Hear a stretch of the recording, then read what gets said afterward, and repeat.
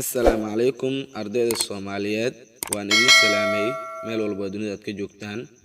Salaan kadib casharkeena wuxuu ku saabsan yahay wada sheekaysi kal iyo laab ah dhageyso wacan la soco.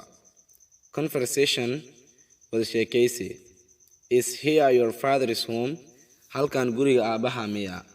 No, maya. Here halkani is not ma ahan my father's home guriga aabahayga. What do you think? Maxaad u malaysaa? Here halkani. I think waxaan u malayaa here halkani is school waa school. What is waa maxay the purpose ujeedada of the school ee schoolka? It is waa to study something in wax lagu barto and build iyo in lagu dhiso mental maskaxda as well as sidoo kale to give us inuu na siiyo high thinking fikir sare.